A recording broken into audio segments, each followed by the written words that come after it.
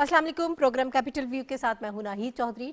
नाज़रीन, बड़ी एक अहम बहस है जो इस वक्त छिड़ी हुई है, और ये बहस जो है सोशल मीडिया और ड्राइंग रूम से होती हुई पार्लियामेंट में भी पहुंच गई है, और नून लीग ने इस हवाले से एक करारदाद भी जो है वो पेश कर दी है। और बहस ये है कि मुल्क में सदारती निज़ाम होना चाहिए या पार्लिमानी निज़ाम होना चाहिए। हालांकि गवर्नमेंट की तरफ से बार बार इसकी तरदीद भी हो रही है और इस पर ये कहा जा रहा है कि इस पर बहस करने का कोई मकसद नहीं है, लेकिन इसके बावजूद अपोजिशन जो है इस पर बार बार बात कर रही है और कुछ खौफजदा हमें दिखाई दे रही है। बहरहाल, क्या इसकी स्पेस हमारे मुल्क में मौजूद है? हमारा जो पार्लिमानी निज़ाम है, क्या वो इतना कमज़ोर है, वो आगे ज़्यादा बेहतर तरीके से नहीं चल सकता और यहाँ पर सदारती निज़ाम की ज़रूरत है?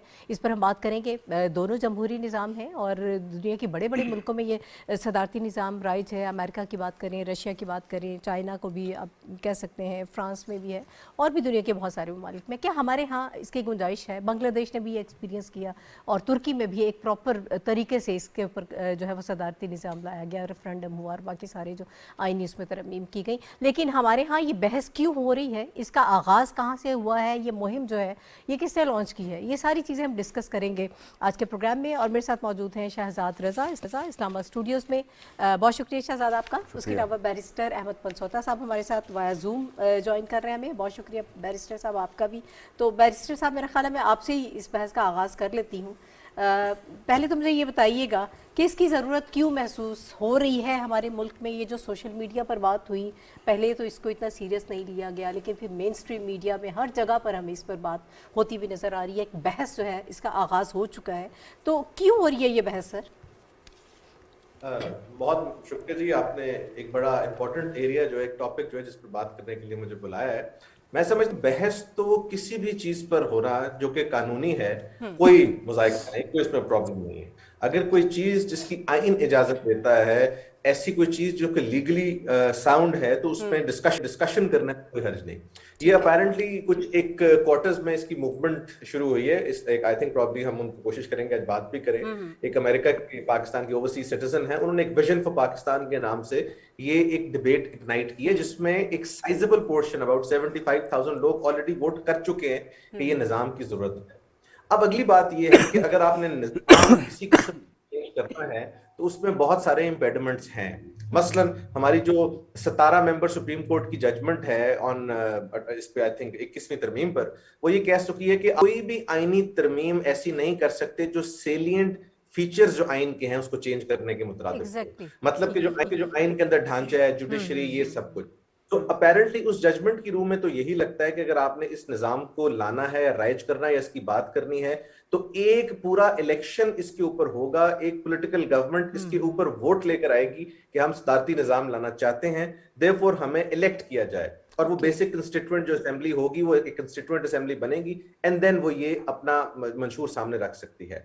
दूसरी बात ये है कि इसके अंदर आइन में वैसे एग्जिस्टिंग बहुत सारे प्रॉब्लम्स एग्जिस्ट करते हैं। मसलन हमारा जो आइन का आर्टिकल 2A है, जो कि साबका जो पिछले आइन थे, पिछली कॉन्स्टिट्यूशंस थे, उनका सब्जेक्ट मैटर भी रहा हुआ है, उसमें बात है social, economic and political justice की। अब पॉलिटिकल जस्टिस जो है पाकिस्तान में, जो हमारे एग्जिस्टिंग आइन की प्रोविजंस है, उनसे अपेरेंटली मेरी नजर में मुतसादिम भी है। मसलन हमारे आइन के अंदर आर्टिकल है जिसके अंदर स्पेशल रिप्रेजेंटेशन आएगी, सीट्स आएंगी। वेयर एज जो आर्टिकल 2A है वो ये कहता है कि आपके नुमाइंदे चोजन होंगे, इलेक्टेड होंगे।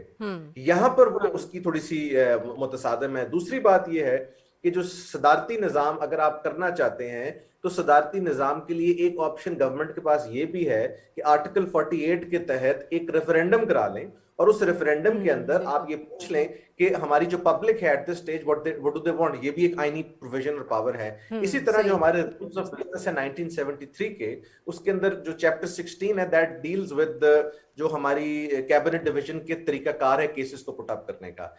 इन केसेस को, इस पर्टिकुलर केस को पुट अप किया जा सकता है before the prime minister of Pakistan, फिर कैबिनेट में जाएगा, कैबिनेट इस पर फैसला ले सकती है कि जी हम इसके ऊपर कोई रेफरेंडम कराना चाहते हैं या नहीं चाहते, और वो करवा सकते हैं। जस्ट बिकॉज कि एक पार्लियामेंट्री सिस्टम जो है वो इन प्लेस है या नहीं है, उसकी बेसिस पर ये ना करवाना, वो तो खैर एक I think is not an argument, you should be open to anything. और अब जो फाइनल बात मैं करना चाहता हूं कि इस वक्त जो हमारा एग्जिस्टिंग पार्लियामेंट्री सिस्टम है, उस पार्लियामेंट्री सिस्टम को भी अगर आप देखें तो वो आइन की एक्चुअल स्पिरिट से बहुत डिविएट कर चुका है। और वो पार्लियामेंट्री सिस्टम के अंदर जो जो एक कॉन्सेप्ट है जो हमारे आइन का, वो ये है कि by the people for the people and for the betterment of the people. अब हो ये रहा है कि लोग इलेक्ट होके तो खुद आ रहे हैं, लेकिन जो पार्टी का हेड है उसकी मर्जी के बगैर कहीं पर ना वोट हो सकता है, ना कहीं पर बात हो सकती है। बिल्कुल। आप करें तो आपको डिफेक्शन क्लॉज आर्टिकल 63 है वो आ जाता है। सो टेक्निकली ये ट्रू स्पिरिट में निजाम कहीं से भी पार्लियामेंट्री डेमोक्रेसी नहीं है। ये एक तीसरी तनकीद है। ठीक है शहजाद, जो इस वक्त चीज़ें बता रहे हैं बैरिस्टर साहब, या इन्होंने कहा कि एक ट्रू सेंस में हमें कोई पार्लिमानी निज़ाम नज़र भी नहीं आ रहा मुल्क में, तो एक तरफ ये भी बात की जा रही है कि अगर आप सदारती निज़ाम की तरफ जाना चाहते हैं, वही लोग होंगे, वही चेहरे होंगे, उनकी तब्दीली के साथ उसमें क्या फ़र्क पड़ेगा। फिर दूसरी तरफ आपने स्पेशल असिस्टेंट्स भी रखे हुए हैं, वो भी एक आपकी अपनी ही पूरी टीम है, अगर वो डिलीवर नहीं कर रही है तो फिर बाद में कैसे डिलीवर करेंगे। देखें, पहली बात तो ये है कि पंसोता साहब की इस बात से मैं एग्री करता हूँ कि निज़ाम चलना जिस तरह चाहिए था वैसे चल नहीं रहा। ये डिबेट हर कुछ साल बाद बड़ी तेज़ी से और बड़े ज़ोरों शोर से ये आ जाती है सोशल मीडिया पे, मेन स्ट्रीम मीडिया पे, और इसकी वजह सिर्फ और सिर्फ यही है जिसकी तरफ अहमद ने इशारा किया कि हमारा निज़ाम अगर सही तौर पर डिलीवर करता in the spirit and essence of the constitution तो ये मसला ना होता। इस वजह से पहली बात तो ये होगी। दूसरी बात यह है कि पाकिस्तान में ये तजर्बा कोई नया नहीं है, हमने ये तजर्बे आजमाए हैं। अगरचे जो अगर आप उसको American presidential form of government को पैमाना बनाते हैं, सो उस टाइप का कोई रेप्लिकेट हमने नहीं किया था माजी में। मॉडल एक हमारा था, लेकिन विद सम ऑल्ट्रेशंस, उसमें चीज़ें तब्दील थी। जैसे सदर अयूब का हो गया, बीडी मेंबर्स लेके आए, उसके बाद जनरल ज़ियाउल हक, सॉर्ट ऑफ हमने एक जो है ना एक अजीब किस्म की अमेलगमेशन की। मतलब जनरल ज़ियाउल हक साहब था, वो उसमें वज़ीर आज़म भी था, आपका पार्लिमानी फॉर्म ऑफ गवर्नमेंट भी था, लेकिन 58(2)B जो इख्तियार देती थी सदर को वो जब चाहे असम्बली तोड़ दें। सो ये एक अजीब किस्म का एक सदारती निज़ाम था जिसमें वज़ीर आज़म बिल्कुल एक पपेट की तरह है और सदर जो है वो काम कर रहा है। असल में गवर्नमेंट काम कर रही है, लेकिन सदर की एडवाइस पर उन्हें काम करना होता था। यही हाल रहा जब जनरल मुशर्रफ आए, उन्होंने ये डेमोक्रेसी की बसात लपेटी और उसके बाद चीफ एग्जीक्यूटिव और सदर का ओहदा लिया, वही तरमीम बहाल हुई। तो हमने सदारती निज़ाम के कुछ मज़े तो लिए हैं, और लेकिन इशू इज़ दिस के कोई भी सिस्टम हो, हम अब जैसे Westminster parliamentary form of government को फॉलो कर रहे हैं, लेकिन क्या हमारा निज़ाम उसी तरीके से चल रहा है जैसे बरतानिया में है, क्योंकि हमने वहाँ से इनहेरिट किया और उसी को लेके हम चलते हैं? वो नहीं चल रहा। उनके अगर आप वहाँ पर देखें कि किस तरीके से आपका एक एहतसाब का निज़ाम है, ट्रांसपेरेंसी है, जो हमारे यहाँ पर नज़र नहीं आती। लेकिन बात फिर वही आती है कि प्रोज एंड कॉन्स दोनों हो सकते हैं सदारती निज़ाम भी बहुत बेहतर अंदाज में चल सकता है अगर आप सही तरह उसे चलाएं। पार्लिमानी निज़ाम भी बहुत अच्छे तरीके से चलता है अगर उसको सही तरह आप चलाएं। लेकिन एक चीज़ जो मैं ज़रूर कहना चाहूँगा प्रेसिडेंशियल फॉर्म ऑफ गवर्नमेंट में, कि उसमें आप समझ रहे हैं कि अकाउंटेबिलिटी मुश्किल होती है, एक बात। दूसरी बात ये कि अक्सर हमने ये देखा, अमेरिका की मैं मिसाल नहीं दूंगा, लेकिन कुछ ऐसे ममालिक हैं डेवलपिंग कंट्रीज़ में या अदरवाइज जहाँ पे प्रेसिडेंशियल फॉर्म ऑफ गवर्नमेंट है और वो एक डिक्टेटरशिप की सूरत इख्तियार कर गई है। पाकिस्तान के अंदर भी जब सदारती निज़ाम सॉर्ट ऑफ था तो उस वक्त भी एक डिक्टेटर, चाहे वो सिविलियन प्रेसिडेंट थे विद एब्सोल्यूट पावर या वो मिलिट्री प्रेसिडेंट थे। तो ये चीज़ सामने हमने कई दफ़ा महसूस की कि जो अकाउंटेबिलिटी और अथॉरिटेरियनिज्म जो उस ऑफिस में पाया जाता था और पाया जाता है भी, अगर देखा जाए तो ये हमारे मिजाज में शायद है कि हमने किसी भी निज़ाम को सही तौर पर चलाना है। अब इंडिया को आप जो मर्ज़ी हम उस पर नाम दें, जो मर्ज़ी कुछ उसको कहें, मोदी की policy what ever you call it, लेकिन एक अरब सवा अरब के करीब लोग वहाँ बसते हैं और वो इस निज़ाम में हिस्सा लेते हैं। वो निज़ाम चल रहा है किसी ना किसी तरीके से, अगरचे हम जो मर्जी कहते हैं सैफ्रोनाइजेशन हो चुकी है, लेकिन उन्होंने सक्सेसफुली चलाया, माँ सिवाय उन 2 सालों के जब इंदिरा गांधी ने इमरजेंसी नाफिज की थी। सो निज़ाम कोई भी हो, अगर सही तौर पर उसको चलाया जाए, लेकिन क्योंकि हमने एक पार्लिमानी निज़ाम को इनहेरिट किया है, एक रूट्स उसकी यहाँ पे पाई जाती हैं, बहुत अरसे से उसको हम चला रहे हैं। 1973 का कॉन्स्टिट्यूशन पूरा एक हल पेश करता है उसका, अगर उसको सही तौर पर इम्प्लीमेंट किया जाए इन लेटर एंड स्पिरिट। तो बात सिर्फ ये कहने की कि अगर इस मौके पे हम इस चीज़ को तब्दील करेंगे तो बहुत ही मैसिव और रेडिकल चेंजेस आपको लेके आनी पड़ेंगी। जैसे पंसोता ने भी कहा कि हमें एक रेफरेंडम कराना पड़ेगा, पूरा इलेक्शन ही इसके ऊपर करना पड़ेगा, क्योंकि फिर तो आपने एक नया आइन तश्कील देना है ना। और प्रेसिडेंशियल फॉर्म ऑफ गवर्नमेंट में अगर देखें आप, तो आइन जो है वो रिजिड डॉक्यूमेंट ज़्यादातर देखा गया है। अमेरिका में आप देख लें कि उसको तब्दील करना बड़ा मुश्किल है। हमारे यहाँ पे अगर 2/3 अक्सरियत हो, जो कि कोई इतनी अनहोनी बात नहीं, तो आप कर सकते हैं। लेकिन presidential form of government letter and spirit में आप लाते हैं, सो इट मीन्स कि वो जो डॉक्यूमेंट है फिर उसके मुताबिक ही आपने चलना है। फिर ये नहीं कि अपनी विम्स एंड विशेस से कोई बंदा आया और उसमें तब्दीली लेके आए। अच्छा, ये जो इस वक्त मैंने शुरू में जो इशारा किया था कि क्या वाकई हमारे पार्लिमानी निज़ाम में इतनी ताकत नहीं है, वो इतना कमज़ोर हो चुका है कि इस वक्त जो डिमांड आ रही है, चाहे सोशल मीडिया पे लोग बात कर रहे हैं, ये एक बहस हमें नज़र आ रही है, क्या वाकई इसमें तब्दीली ज़रूरी है? और क्या फिर ये हमारे मुल्क में जो मसाइल हैं ये उसका एक हल हो सकता है? शहजाद जी, आप मेरे से sorry, ji, ji. I thought कि आप पंसोता साहब से सवाल कर रही हैं। देखें, हल तो बात वही है कि हमारे यहाँ पे जो मसाइल हैं वो ये नहीं कि हमने ये निज़ाम अडॉप्ट किया तो ये मसाइल आ गए। हाँ। जब हम ये बात करते हैं कि जी माजी पाकिस्तान का जी बड़ा ज़बरदस्त था और ये था और वो था और सारी बातें, सो इट मीन्स के पाकिस्तान में 71 से पहले तक तो कोई आम इंतखाबात हुए नहीं उस तरह, और पॉपुलर डेमोक्रेसी उस तरीके से आई नहीं, हमारे यहाँ पॉपुलर गवर्नमेंट नहीं आई। सो उससे पहले भी एक निज़ाम आपके चल रहा था अगरचे आपके 2 आइन आपके आए 56 में 61, और उसके बाद जनरल यूब खान साहब अपना एक आइन लेके आए। तो जब वो आपके पास कॉन्स्टिट्यूशन भी मौजूद रहा, आप किसी ना किसी तरह हुकूमत भी चलाते रहे, इलेक्शन भी नहीं हुए, 71 में जाके हुए, पहली दफ़ा जब हुए तो पार्लिमानी फॉर्म ऑफ गवर्नमेंट, और वो जो लोग उस वक्त बैठे थे वो कोई मतलब छोटे लोग नहीं थे, सियासी कद काट के बड़े कदावर लोग थे। सियासी इख्तलाफ आपको हो सकता है, जुल्फ़िकार अली भुट्टो थे, मुफ्ती महमूद थे, शाह अहमद नूरानी साहब थे, प्रोफेसर गफूर थे, वली खान, यू नेम इट। तो बात यह है कि उन्होंने सोच कर अगर ये फैसला किया, अब अगेन हम बार बार ये बात करते हैं ना कि जी ये सियासी जमातें, शख्सियात और शख्सियात ज़्यादा ताकतवर, सो असूलन तो ये होना चाहिए कि पॉलिटिकल पार्टी जो है ये एक बुनियादी इकाई होनी चाहिए जमहूरियत की, कि आपने सियासी जमात को इतना एम्पावर कर दिया। अब just to give you one example, अगर हम सदारती निज़ाम की जब बात करते हैं, सो अमेरिका में जब इलेक्शन होते हैं तो जमात, सियासी जमात का यानी कांग्रेस या डेमोक्रेट्स का टिकट हासिल करने के लिए जो जंग होती है और जिस तरीके से आपको विन करनी पड़ती है अपनी प्राइमरीज मुख्तलिफ पूरे अमेरिका में जाके, वो शायद उससे ज़्यादा मुश्किल और तकलीफ दे मरहला है कि आपने खुद इलेक्शन में एज ए प्रेसिडेंट जाना है। सो पार्टी टिकट लेने के लिए जो एक जद्दोजहद होती है, सो उससे सियासी जमात की मजबूती का आप अंदाज़ा करें।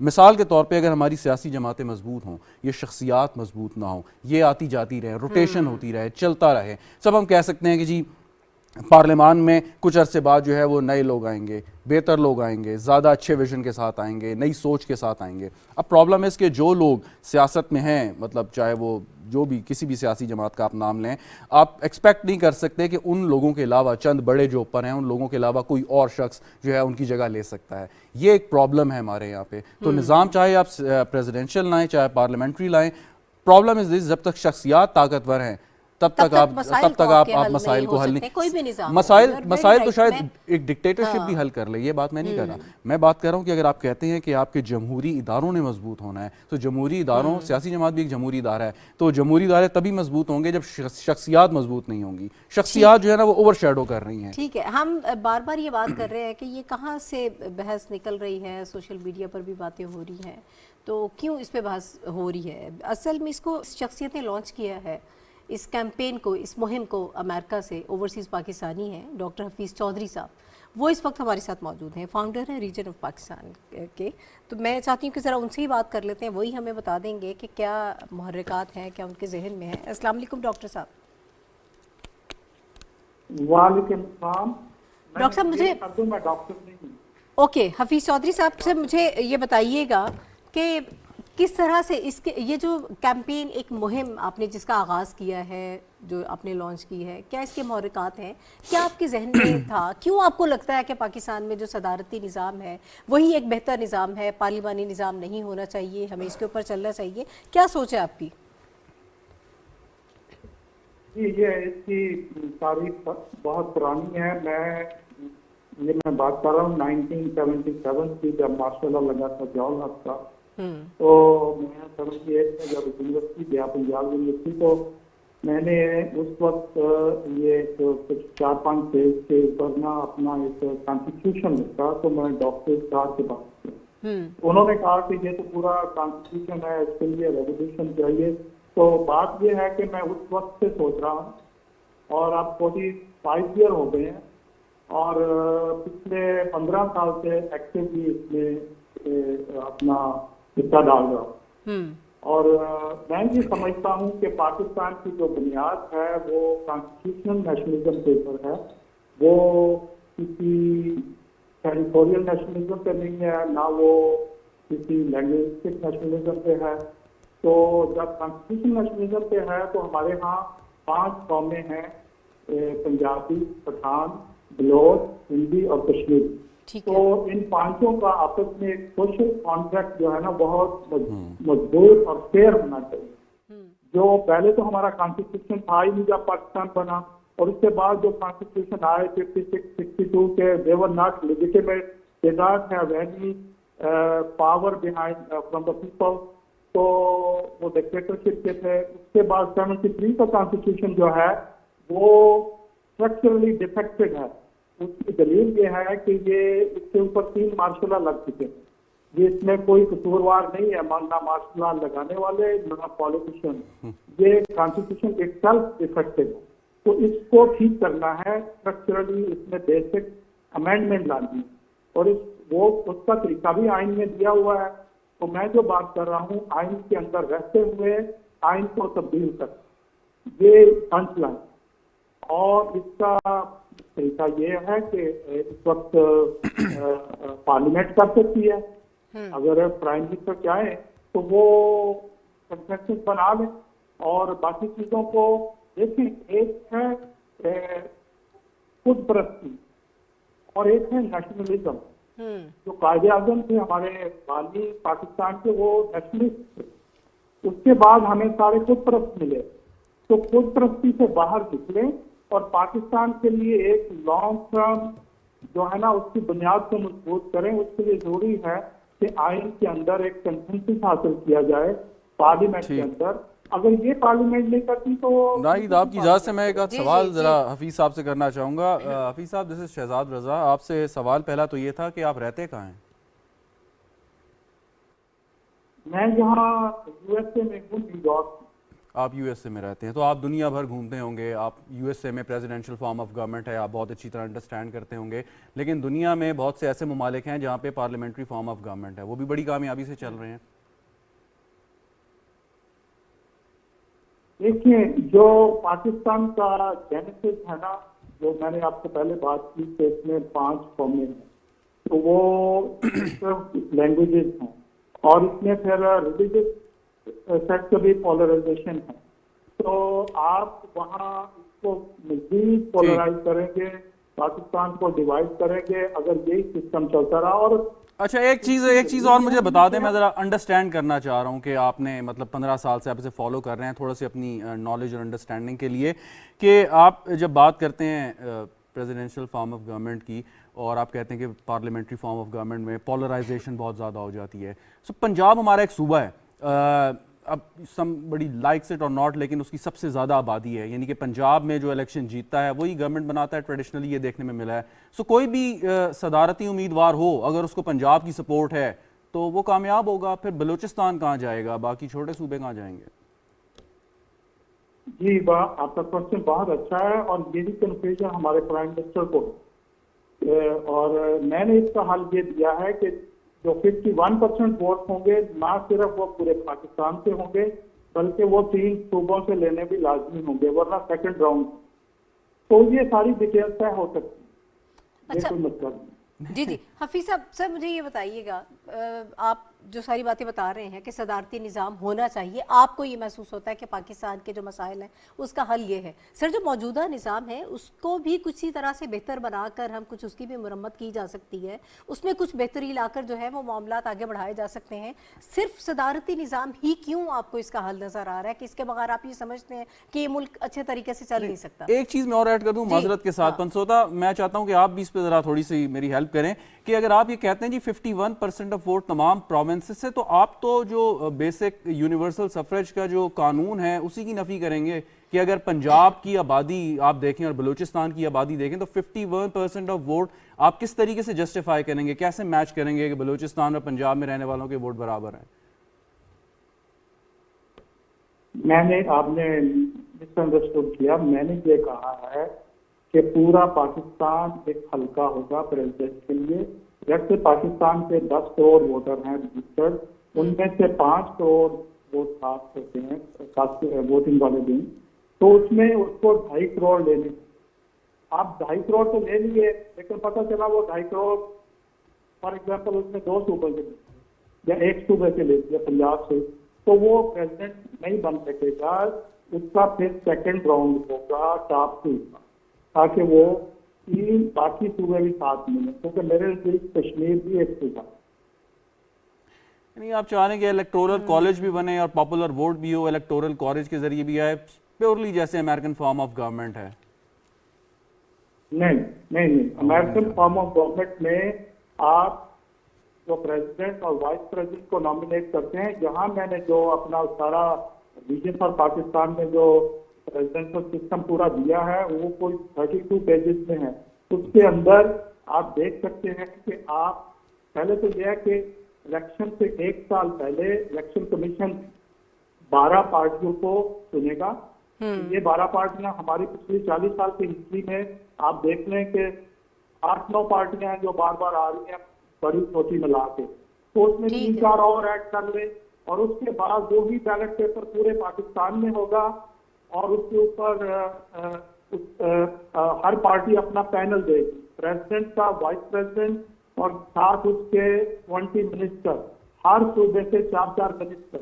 ये अमेरिका में ऐसे तो नहीं, लेकिन पाकिस्तान के हालात के हिसाब से उसको चेंज किया जाए। इसी तरह सूबों में भी ऐसे होगा, और इस तरह डिस्ट्रिक्ट गवर्नमेंट में भी ऐसे। ठीक है पंचोता साहब, ये गुफ्तगू हफीज साहब की जो आप सुन रहे हैं, आपको लगता है कि ये इसी तरह से होगा जो फार्मूला वो बता रहे हैं हफीज साहब, उनके जहन में जो चीजें हैं, आप इसको कैसे रिस्पॉन्ड करते हैं? देखिए जी, डॉक्टर साहब का, सॉरी, हफीज साहब का एक मंशूर है और वो उन्होंने फ्लोट किया है आगे, उसमें विजन फॉर पाकिस्तान के नाम से ही इज फ्लोटिंग इट। उसमें बहुत सारे प्रॉब्लम्स हो सकते हैं, बहुत सारी अच्छाइयां हो सकती हैं, it can be put to discussion, लेकिन जो बेसिक बात वो कर रहे हैं, जो कि मैं समझता हूं कि डुएबल है, वो ये है कि remaining with in the existing constitution. क्योंकि अगर तो जनरली आप सदारती निजाम को प्रोपोगेट करें, जिस तरह मैंने पहले कहा था, तो आपको एक बेसिक कंस्टिट्यूएंट असेंबली बनानी पड़ेगी जो उसके नाम पर वोट लिखी है। यहाँ पर वो ये कह रहे हैं कि उनकी जो सजेशंस हैं, that is remaining with in the constitution. और जो मैं समझाऊं वो ये है कि आर्टिकल 2A जो है वो कॉरेस्पॉन्ड नहीं करता बाकी आइन की प्रोविजंस के साथ, जिस तरह के आर्टिकल 51(3) है जो स्पेशल सीट्स वाला है, ये सब चीजें। वो ये कह रहे हैं कि remaining with in that constitution अगर आप मुरम्मत कर सकते हैं, उसको चेंजेस कर सकते हैं to come up with a better system, जो कि मैं समझता हूं किसी हद तक हाइब्रिड सिस्टम होगा, तो उसमें कोई बुराई नहीं है। लेकिन माय पॉइंट इज कि अहमद, अगर ऐसी बात है तो फिर आप 58(2B को बहाल कर दें और प्रेसिडेंट ऑल पावरफुल कर दें और एक निज़ाम लेके आ जाएं कि किस तरीके से प्रेसिडेंट को आपने इलेक्ट करना है, तो बात तो फिर वहीं आ जाएगी। इसमें शहजाद साहब प्रॉब्लम ये है कि अगर आप 58(2B को अलाइव भी करते हैं तो उससे प्रेसिडेंट तो शायद उस हद तक पावरफुल हो जाता है कि उसके पास है कि वो पूरी गवर्नमेंट ओवरथ्रो कर सकता है, लेकिन हिज चॉइस ऑफ सिलेक्शन वो नहीं रहेगी कि वो जिन लोगों को आप चाहते हैं। मसलन मैं आपको sir, but in that case, माजरत आपकी बात काट रहा हूं, अगर 58(2B को आप रिस्टोर करते हैं, so prime minister shall be bound to act in at advice of the president. वो प्रेसिडेंट की एडवाइस पे बात करेगा, जो प्रेसिडेंट कहेगा। अग्रीड, लेकिन ये चीज अब आपका दौर में आप टेस्ट कर चुके हैं कि उसका भी कोई रिजल्ट बहुत अच्छा नहीं आया, बल्कि इनफैक्ट काफी बुरा रिजल्ट है। मैं ये कह रहा हूं कि जो प्राइम मिनिस्टर के पास option to choose his team है या प्रेसिडेंट के पास, वो बहुत इंपॉर्टेंट है। मसलन आपकी एग्जिस्टिंग टीम इतनी प्राइम मिनिस्टर की है, वो सारी स्पेशल असिस्टेंट्स पर मुहित है, और उसके ऊपर आप देखेंगे इस्लामाबाद हाईकोर्ट में बात भी होती है कि जब आप इलेक्ट होकर आए हैं तो आप अपना मिनिस्टर वहां से लें। वो कहते नहीं जी, मैंने जो इंपॉर्टेंट काम करने हैं, आपके पास स्पेशलिस्ट हैं इस काम के, और वो लाए जाते हैं और हर हुकूमतों में लाए जाते हैं। मैं ये कह रहा हूं कि जो इवन मुझे हफीज साहब की बात भी समझ आई है कि अगर आपने एक आदमी का विजन इन्फोर्स करना है, जो कि यहाँ पर मुझे लग रहा है कि इमरान खान साहब का है, और हमारे अगर आप पार्लियामेंट्री सिस्टम में नारे भी देखें तो वो भी यही है कि जान अल्लाह की वोट भुट्टो का, या मियां दे नारे बजन के, जब आएगा खान, इस सब के अंदर आप पर्सन सेंट्रिक आपको सारी अप्रोच नजर आ रही है। तो मैं कह रहा हूं कि देयर इज नथिंग रॉन्ग कि अगर वो पर्सन पॉपुलर है तो वो पर्सन अपनी A to Z टीम बना ले, बजाय इसके कि he is bound by a lot of things, और उसको बहुत सारी चीजों का ध्यान रखना पड़ता है, जिसकी वजह से लेट से किसी इलेक्टेड आदमी को लाना है, फिर वो उसके चक्रों में ढूंढता है, तो वो अपने स्पेशलिस्ट और वो सारी चीजों से लोग काम करवा नहीं सकता।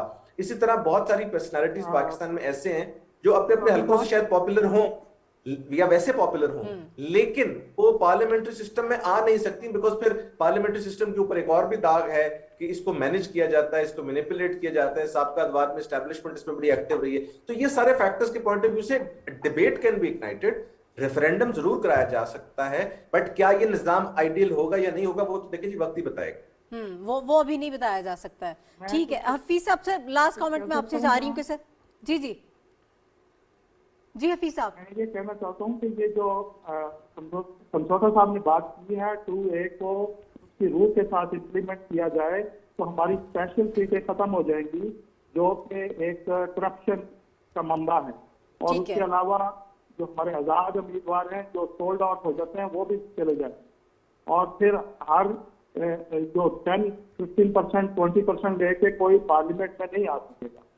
तो इस तरह ये जो दूसरे साहब ने बात की है कि 52A B और इस तरह की चीजें, ये डिटेल्स हैं कि कौन सा इसके ऊपर चेक एंड बैलेंस लगाने हैं। ये एक ड्राफ्ट है, अभी इसके ऊपर बहस होगी और ये आगे इम्प्रूव होगा। और मैं चाहता हूँ कि मीडिया के अंदर और जो मेन मीडिया है और सोशल मीडिया में तो ये चल ही रहा है, लेकिन मेन मीडिया में और जो जिम्मेदार हल्के हैं वो इसको सीरियसली ठीक है हफीज साहब, ठीक है आप ही चाह रहे हैं कि इस पे डिबेट हो। सर हमारे यहाँ तो अभी इसको एक्सेप्ट ही नहीं किया जा रहा, हमारे यहाँ तो गवर्नमेंट भी इसकी तरदीद कर रही है। मुझे थोड़ा सा ये बता दीजिएगा, टेक्निकल चीज़ें तो बहुत सारी हमने डिस्कस कर ली हैं, वहाँ कितने लोग आपके हम ख्याल हैं, आप जैसे जो ओवरसीज़ पाकिस्तानीज़ हैं जो ये समझते हैं कि वाकई पाकिस्तान में जो है निज़ाम तब्दील होना चाहिए? देखिए, मैंने एक सोशल मीडिया पे एक मुहिम शुरू किया है, vote.visionforpakistan.com पे जाके वो लोग वोट कर रहे हैं। ये 4-5 दिन के अंदर आज सुबह तक 75,000 लोगों ने वोट किया, जिसमें 97% इसके हक में, और लोग अपना ईमेल भी दे रहे हैं, नाम भी दे रहे हैं और बड़े जोशो खरोश से पार्टिसिपेट कर रहे हैं, ना सिर्फ अमेरिका से, through out the world, even Australia से, मिडल ईस्ट से, यूरोप से, पाकिस्तान से बहुत। और ये चीज आगे मूव हो रही है और इससे आप ट्रेंड देख रहे हैं कि पाकिस्तानी क्या चाहते हैं। इस वक्त जो कॉन्स्टिट्यूशन है उसमें पाकिस्तानियों को, अवाम को जकड़ा हुआ है कि वो अपना, उनको पॉलिटिकल जस्टिस नहीं मिल रहा।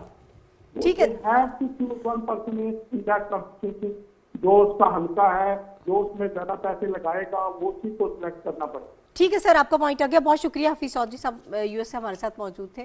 पंचौता साहब, अभी हमें जरा इसको वाइंड अप करना, थोड़ा सा मुझे अब ये भी बता दीजिएगा, गवर्नमेंट तो इसकी अभी तक तरदीद कर रही है और जो खबरें आ रही हैं कि इमरान खान साहब के सामने जब इसकी बात हुई उन्होंने कहा कि इस पर बात करने की ज़रूरत नहीं है, और बाकी भी जो उनके रिप्रेजेंटेटिव हैं वो यही बात कर रहे हैं कि इस पर बहस की भी ज़रूरत नहीं है। अली मोहम्मद खान साहब ने कहा कि पाकिस्तान में तो सदारती निज़ाम कभी रहा ही नहीं है।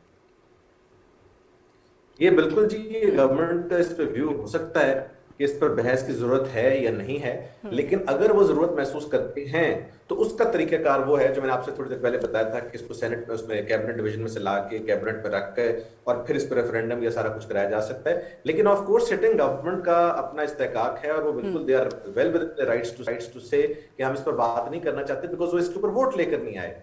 सो ये बात उनकी दुरुस्त है और इसकी बिल्कुल तरदीद कर सकते हैं। एंड सिमिलरली किसी नए निजाम की बात करना या कुछ करना वो भी गलत नहीं है, as long as you doing something legal, तो there is nothing wrong with that.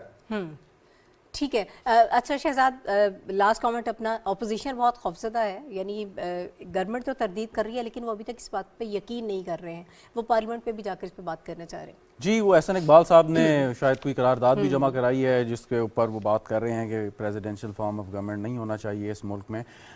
Point is, यहाँ तक तो बात ठीक है कि अगर आप समझते हैं कि निज़ाम, मतलब कोई भी शख्स समझता है, कोई पार्लियामेंटेरियन या अदरवाइज, तो वो डिबेट तो कर सकता है, बात हो सकती है।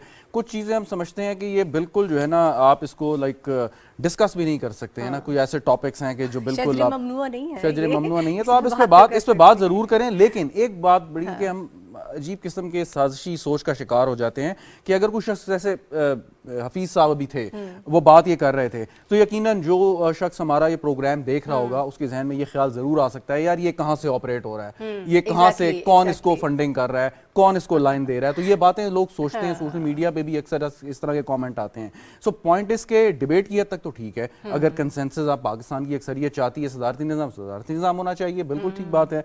लेकिन अगर नहीं चाहती तो किसी की इंटेंशन पे हमें शक नहीं करना चाहिए कि सदारती निज़ाम भी कामयाबी के साथ दुनिया के मुख्तलिफ हिस्सों में चल रहा है। सो अगर हम पाकिस्तान में लाएं तो बुरी बात नहीं, लेकिन ये सिर्फ और सिर्फ फैसला पाकिस्तान के अवाम करेंगे या पाकिस्तान के अवाम के नुमाइंदे करेंगे जो इस वक्त असेंबली में बैठे हुए हैं, अदरवाइज और कोई शख्स इसका फैसला नहीं कर सकता। ठीक है। और एक कन्फ्यूजन है, इस वजह से ये डिबेट भी हर जगह नज़र आ रही है। हमने भी सोचा कि इस पे कम से कम हम बात तो करें और बहस हो, ताकि मालूम हो कि ये कहाँ से ये बहस का आगाज़ हुआ है और अब ये कहाँ तक जाएगी। थोड़ा हमने कन्फ्यूजन दूर करने की कोशिश की है। बहरहाल एक और बहुत अहम हमारे पास टॉपिक है जिस पर हम बात करने से ओमिक्रॉन के हवाले से हम बात करेंगे, जो बहुत तेज़ी से पाकिस्तान में फैल रहा है। और कराची के हवाले से अगर हम बात करें तो अभी 2-3 रोज़ पहले बताया जा रहा था तकरीबन 50% जो वहाँ पर इसकी हमें रेशो नज़र आ रही है कि हर दूसरा जो कराची का शहरी है वो ओमिक्रॉन का शिकार है। और इसके बाद फिर पाकिस्तान के जितने बड़े शहर हैं, पिंडी है, लाहौर है, उन सब में भी हमें इसी तरह से रेशो जो है वो बहुत ज़्यादा नज़र आ रही है। अब इस वक्त हमें किस तरह से करना है, गवर्नमेंट किसी सूरत लॉकडाउन की तरफ नहीं जाना चाह रही और ये चाह रहे हैं कि तालीमी इदारे और जो मौशी सरगर्मियाँ हैं उनको बहाल रखा जाए। आप अफोर्ड नहीं कर सकते कि अपनी मौशी सरगर्मियाँ जो हैं उनको आप रोक दें या कोई सख्त किस्म का लॉकडाउन लगा दिया जाए। अब इसको हमने किस तरह से लेना है, आवाम की अवेयरनेस बहुत ज़रूरी है और बार बार इस पर बात भी हम करें कि SOPs पर आप अमल दरामद करें और अपनी जो रोज़मर्रा की आपकी एक्टिविटीज़ हैं वो जारी रखें। अपने आप को कैद करने की भी ज़रूरत नहीं है, लेकिन एहतियात जो है वो बहुत ज़रूरी है, उस पर अमल करना है। शहजाद, आपसे ही आगाज़ कर लेती हूँ कि इस वक्त जो सारी हमें सिचुएशन नज़र आ रही है, इसके तनाजुर में लॉकडाउन को कैसे रोका जा सकता है अगर पब्लिक अवेयरनेस जो है वो ज़्यादा बढ़ा दी जाए? देखिए, लॉकडाउन को रोकना तो बहुत मुश्किल होगा जब अब देखें हुकूमत ने सख्त फैसले किए हैं। आप मुझे इजाज़त दें कि मैं इंट्रोड्यूस करवा दूं। डॉक्टर साहब ने ज्वाइन किया है, डॉक्टर राना जवाद असगर साहब ने, और वो मेडिकली इसकी सारी जो इम्प्लिकेशंस है वो ज़्यादा बेहतर तरीके से हमें बता पाएंगे। डॉक्टर साहब, आपको वेलकम करती हूँ, मैं आपकी तरफ आऊँगी। शहजाद, आप जी, जैसे इस्लामाबाद में भी दीगर शहरों की तरह डाइनिंग मतलब जाके आपने ये खाना, रेस्टोरेंट्स में खाना, उस पर पाबंदी लग चुकी है। अगरचे स्कूल्स और कॉलेजेस या यूनिवर्सिटीज़ के ऊपर इस चीज़ का कोई इत्तलाक नहीं है, लेकिन हमने बार बार ये देखा कि डिस्पाइट रिपीटेड वार्निंग्स हुकूमत की, और असद उमर साहब जो NCOC को हेड कर रहे हैं वो कह रहे थे कि ओमिक्रॉन वायरस ने पाकिस्तान में आना ही आना है। हाँ, अब वो कोई तरीका नहीं है कि उसको रोक सकें। दुनिया के बड़े बड़े जदीद ममालिक रिसोर्सेज के साथ बावजूद कि वो सख्त फैसले भी कर सकते थे, वो उसको नहीं कंट्रोल कर पाए। तो उसने आना है यहाँ पे, अब आके हमने अपने आप को कैसे उससे सेव रखना है, ये सारी चीज़ें इतनी दफ़ा रिपीट हुई हैं, कहने की ज़रूरत नहीं है। लेकिन मेरा पॉइंट सिर्फ ये है कि जैसे दीगर ममालिक सख्ती करते हैं, मेरा हमेशा से पॉइंट ऑफ व्यू रहा है कि अपने शहरियों की बात मैं नहीं कर रहा, बाहर से बहुत सारे लोग आ रहे हैं, पाकिस्तान ट्रैवल करते हैं, उसमें फॉरेनर्स भी हैं, ओवरसीज़ पाकिस्तानीज़ भी हैं। सो कम से कम उनके लिए कुछ ऐसी कंडीशन ज़रूर होनी चाहिए। बरतानिया ने किया कि आप चाहे कोविड पॉजिटिव हैं, नेगेटिव हैं, दुनिया के किसी भी हिस्से में से आ रहे हैं, सो आपको लाजमी 15 या 17 दिन का क्वारंटीन करना है होटल में, और पैसे भी खुद देने हैं। सो हमने कोई भी इस तरह के ट्रैवलर्स को ऑलमोस्ट फ्री पास हमने दिया। माजी में भी जब हमने और ये वबा आई है यहाँ पे, सो जिस तरीके से ट्रैवलिंग हो रही थी, मिसमैनेजमेंट भी हमने कई जगह पे देखी कि उनको जिस तरह क्वारंटीन हम उस तरीके से नहीं कर सके। सो अब ये वेरिएंट आ रहा है, इसके बारे में कि डॉक्टर साहब बेहतर बताएंगे कि ये लेस लीथल है, लेकिन इसका जो स्प्रेड है कि जब से ये आगाज हुआ है उससे उस पहली दफ़ा जो केसेस हमारे आए हैं, जो डाउनवर्ड ट्रेंड था हमेशा से, इतना स्पाइक कर गया कि पिछले रिकॉर्ड तोड़ दिए उसने। तो दिस इज़ वेरी सीरियस मेरे ख्याल में, और इस पर डॉक्टर साहब मेरे ख्याल में पूछना। डॉक्टर साहब, बताया ही जा रहा है बहुत मोहलिक तो नहीं है, जिस तरह से पहले हमने देखा बहुत सारे लोगों की डेथ्स हो गई, अपनी जान की बाजी हार गए, लेकिन इसमें वो सिचुएशन हमें नज़र नहीं आ रही। लेकिन इसका फैलाव बहुत ज़्यादा है और बहुत तेज़ी से हो रहा है। अभी जो टेस्ट हो रहे हैं, जो रिजल्ट्स आ रहे हैं, उसमें बहुत तेज़ी से हमें लोग जो है वो इसमें मुब्तला होते हुए नज़र आ रहे हैं। कराची में बहुत ज़्यादा इसकी शिद्दत नज़र आ रही है, बल्कि इस्लामाबाद के हवाले से भी कहा जा रहा है कि हर 5वां शख्स जो है वो ओमिक्रॉन में मुब्तला है।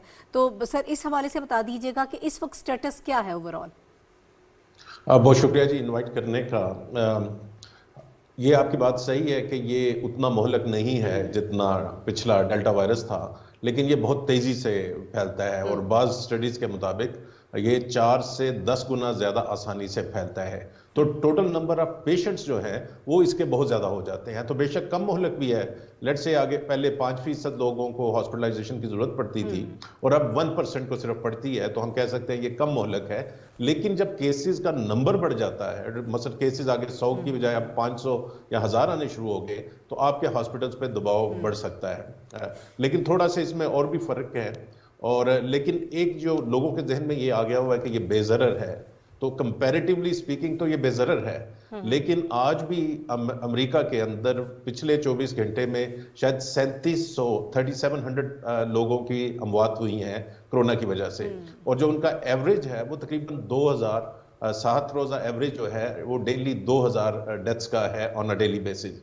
सो लाइटली नहीं लेना चाहिए, लेकिन एज ए कंपैरेटिवली ये आपकी बात सही है। दूसरी मैं थोड़ा सा इसमें ये क्लियर कर दूं कि जब हमारी पॉजिटिविटी लेट से इस्लामाबाद की 20% है, तो इसका ये मतलब हरगिज नहीं है, और कराची की अगर 50% है तो इसका मतलब ये हरगिज नहीं है कि हर पांचवा शख्स या हर दूसरा शख्स कराची की में वो इन्फेक्टेड है। Okay. तो ये पॉजिटिविटी एक बड़ा अनस्टेबल सा मेजर है, और ये सिर्फ हमें ये बताता है कि जिन लोगों के टेस्ट किए जा रहे हैं उनमें हमें इसकी इतनी शरह मिल रही है। तो क्रूड मेजर है, लेकिन इसका ये हरगिज मतलब नहीं है कि जो इस्लामाबाद की आबादी है वो हर पांचवा शख्स ठीक है। इसका मरीज है। अच्छा सर, और अब दूसरा वक्त थोड़ा कम है, मैं थोड़ी चाहती हूँ कि स्पेसिफिकली कुछ ऐसे सवाल हम आपसे कर लें ताकि जिससे हमें भी जी। फायदा और देखने वालों को भी।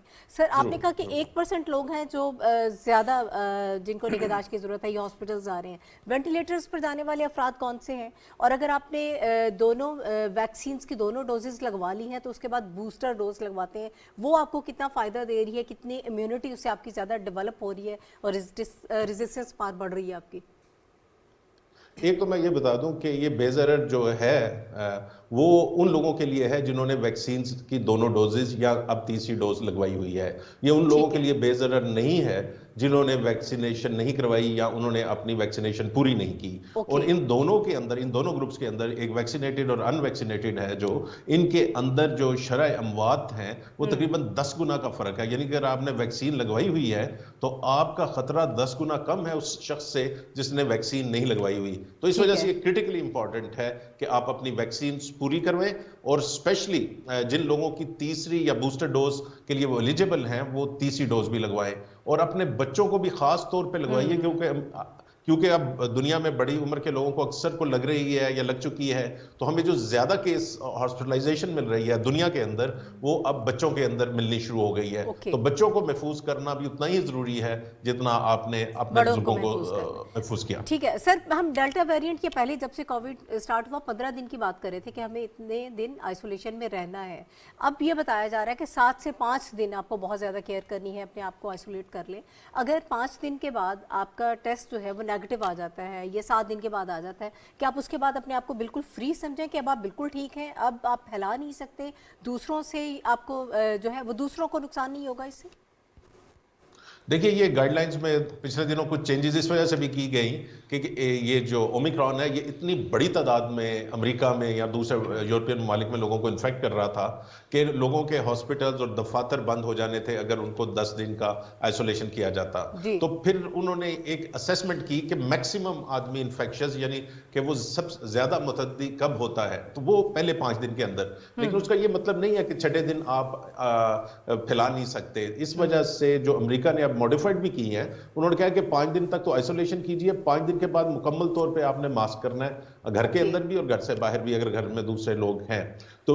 उसके साथ अगर आप ये टेस्ट करवा लेते हैं कोई और नेगेटिव आ जाता है तो फिर आप बिल्कुल आसानी के साथ हो सकते हैं। लेकिन रूल ऑफ द थंब था जो अभी तक मेरे ख्याल से मुनासिब है कि जब आपकी अलामत शुरू हो उस दिन से अगले 10 दिन को काउंट करें, और अगर 24 घंटे पिछले आपके गुजर गए हैं बगैर किसी बुखार के सिम्टम्स के, यानी कि कोई अलामत नहीं है पिछले 24 घंटे से आपको, और 10 दिन हो गए हैं, तो फिर आप इन्फेक्शन फैलाने के आपके चांसेस बहुत कम हो जाएंगे और आप नॉर्मल की तरफ जा सकते हैं। अच्छा, एक और पॉइंट सर क्लियर कर दीजिएगा, उसके बाद शहजाद रजा और अहमद पसौता भी मेरे साथ हैं, वो भी आपसे सवाल करना चाहेंगे ज़रूर। एक तो मुझे ये बता दें कि जो हम बूस्टर डोज की बात कर रहे हैं, एक आम ख्याल ये है, लोग ये समझते हैं कि शायद कि ज़्यादा स्ट्रॉन्ग है, इसके बाद आपको फीवर हो जाता है, टेम्परेचर वगैरह है, तबीयत ख़राब होती है। और फिर वो लोग जो एजड लोग हैं और मुख्तलिफ बीमारियों में मुब्तला हैं या हार्ट पेशेंट हैं, क्या उनके लिए आप ये सजेस्ट करते हैं कि ये बूस्टर डोज उन्हें लगवानी चाहिए? जी, बूस्टर डोज तमाम लोगों को लगवानी चाहिए कि क्यों अगर आप बूढ़े हैं, आपको हार्ट की डिजीज है या आपको कोई और शुगर की बीमारी है तो आप ज्यादा वनरेबल हैं, यानी कि आपको ज्यादा आसानी के साथ कोरोना लग सकता है। और जब आपको ज्यादा आसानी के साथ लग सकता है तो आपके चांसेस भी ज्यादा हैं कॉम्प्लिकेशंस के और डेथ के। तो आम लोगों की निस्बत उन बुजुर्गों को और जो जिनको कोई बीमारी है, जिन्हें हम दायमी बीमारियां कहते हैं, उनके लोगों को तो जरूर लगवाना चाहिए और सबसे पहले लगवाना चाहिए। इसके साइड इफेक्ट पूरी दुनिया में अरबों की तादाद में ये लगाई जा चुकी है डोजेस लोगों को, बिलियंस ऑफ पीपल, लेकिन हमें कहीं पे भी कोई मेजर साइड इफेक्ट नजर नहीं आया किसी भी वैक्सीन का। मैं किसी एक वैक्सीन की बात नहीं कर रहा, किसी भी वैक्सीन का मेजर साइड इफेक्ट जिस पे हम कह दें कि इसको बंद कर दिया जाए। एस्ट्राजेनेका वगैरह के बारे में आपको शुरू में कहा गया था, लेकिन अब जी। पूरी दुनिया में ये सारी वैक्सीन उसी तरह यूज हो रही है। ठीक है, अहमद आप कोई सवाल करना चाहें? मैं जी डॉक्टर साहब से सिर्फ ये क्वेश्चन करना चाहता हूँ कि इसमें जो वेदर के साथ एसोसिएट किया जाता है कि जो weather different time of the year है उसमें इसकी जो पॉजिटिविटी रेट है उस पर फर्क आता है, क्या ये एक्चुअल बात है या मिथ है? जी हाँ, बिल्कुल। इसको आप 2 साल हो गए हैं तो हमें इसमें कोई सीजनल पैटर्न नजर आने शुरू हो गए हैं, और इस वजह से सर्दियों की जो वेव है ये एक्सपेक्टेड थी। मसलन हम लोग इसमें काम करते हैं, हमने 3-4 महीने पहले ये एक्सपेक्टेड था, और आपने ये देखा है कि जिन जिन मुल्कों में सर्दी पहले आई है वहां पे ये जो करंट वेव है, बाज मुल्क में ये 5वीं वेव है, बाज में 4th वेव है, ये इसके नंबर बढ़ने शुरू हो गए हुए थे ओमिक्रॉन के आने से पहले ही। यानी कि अमेरिका के अंदर केसेस बहुत बड़ी तादाद में आ चुके थे। ओमिक्रॉन ने ये किया है कि के जो एक्सपेक्टेड वेव थी उसको ज्यादा तेज किया है। तो सीजनैलिटी, बिल्कुल आपकी बात सही है अब इसके अंदर, लेकिन ये याद रखिए सीजनैलिटी 100% रीजन नहीं है जब आपके केसेस बढ़ते हैं, बाकी भी फैक्टर्स होते हैं, लेकिन seasonality is an important factor. ठीक है। अच्छा डॉक्टर साहब, मुख्तसरन मुझे ये भी बता दीजिएगा, ये जो बूस्टर डोज लगवा रहे हैं, अगर आपने 2 मरतबा वैक्सीन करवा ली है, 2 डोजेस हो गई, उसके कितने अरसे बाद बूस्टर डोज लगवानी है आपको? देखिए, एक तो ये लोगों को समझना चाहिए कि और ये अब अमेरिका में भी कहा जा रहा है, जो उनकी तो फाइजर और मॉडर्ना वगैरह थी, जो हमारे ज्यादा चाइनीज थी, जो चाइनीज वैक्सीन हैं इनमें तो ट्रेडिशनली दी ही 3 डोजेज जाती हैं। आप अपने बच्चों को हेपेटाइटिस की देते हैं, टेटनस की देते हैं, तो आपको याद हो कि उसकी 3 डोजेज होती हैं। पहले देते हैं 4 हफ्ते बाद दूसरी, और फिर 6 माह बाद तीसरी। इसी तरह जो अमेरिका के अंदर वाली जो आरएनए वाली वैक्सीन है, फाइजर और मॉडर्ना, उनके बारे में अब वहां के माहिरीन ये कह रहे हैं कि in reality they were 3 dose vaccine. तो 2 डोजेस की वैक्सीन का उतना इफेक्टिव नहीं है, तो 3 डोजेस समझ लें कि हर एक को लगनी चाहिए। ये रिक्वायर्ड है, स्केड्यूल है, बूस्टर की हम बात अभी नहीं कर रहे। ठीक है सर, मुझे थोड़ा सा ट्रीटमेंट के हवाले से बता दीजिएगा। आजकल वेदर भी जाहिर है कि तब्दील हो चुका है, बहुत सर्दी है, लोग अंडर द वेदर भी बीमार हो जाते हैं। आप जो सिम्टम्स हैं वो ओवरलैप कर रही हैं, आपको मालूम नहीं हो पा रहा कि ओमिक्रॉन है या वैसे ही आपका गला ख़राब है, बुखार है, इस किस्म की चीज़ें, तो आप एंटीबायोटिक का इस्तेमाल कर लेते हैं। तो सर मुझे थोड़ा सा ट्रीटमेंट के हवाले से बताएं, और ये कैसे हम इसमें फ़र्क महसूस करें कि आप सीजनली थोड़ी सी बीमारी है आपकी या ओमिक्रॉन है?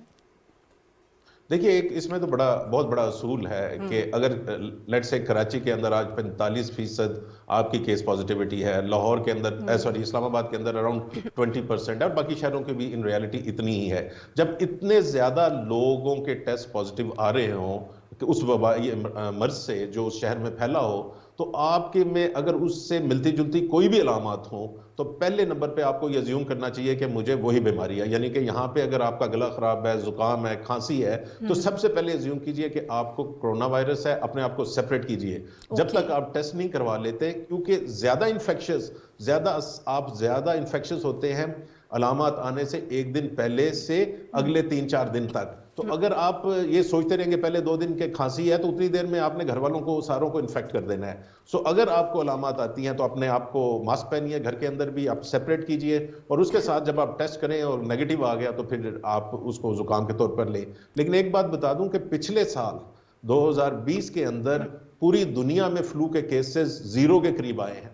और क्योंकि जो हमारी सोशल डिस्टेंसिंग थी उसने फ्लू को भी खत्म कर दिया। जब से ट्रैक करना शुरू किया है दुनिया में फ्लू को, पिछले साल तकरीबन 0 के करीब इसके केसेस चले हैं पूरी दुनिया के अंदर। सो ज्यादा चांसेस आपके यही होते हैं कि ये जो बीमारी फैली हुई है वही आपको ना हो। ठीक है, बहुत शुक्रिया डॉक्टर राना जवाद असगर साहब हमारे साथ मौजूद थे। शहजाद आपका भी बहुत शुक्रिया, बैरिस्टर अहमद हमारे साथ मौजूद थे। और नाज़रीन अपना ख्याल रखें, SOPs ज़रूर फॉलो करें, अपने आप को बचा के रखें। मास्क लगाना बहुत आसान सी बात है, कोई मुश्किल चीज़ नहीं है, बस एहतियात करें, ये सिर्फ यही इसका इलाज है। इसके साथ ही नाहिद चौधरी को इजाज़त दीजिए, अल्लाह हाफ़िज़।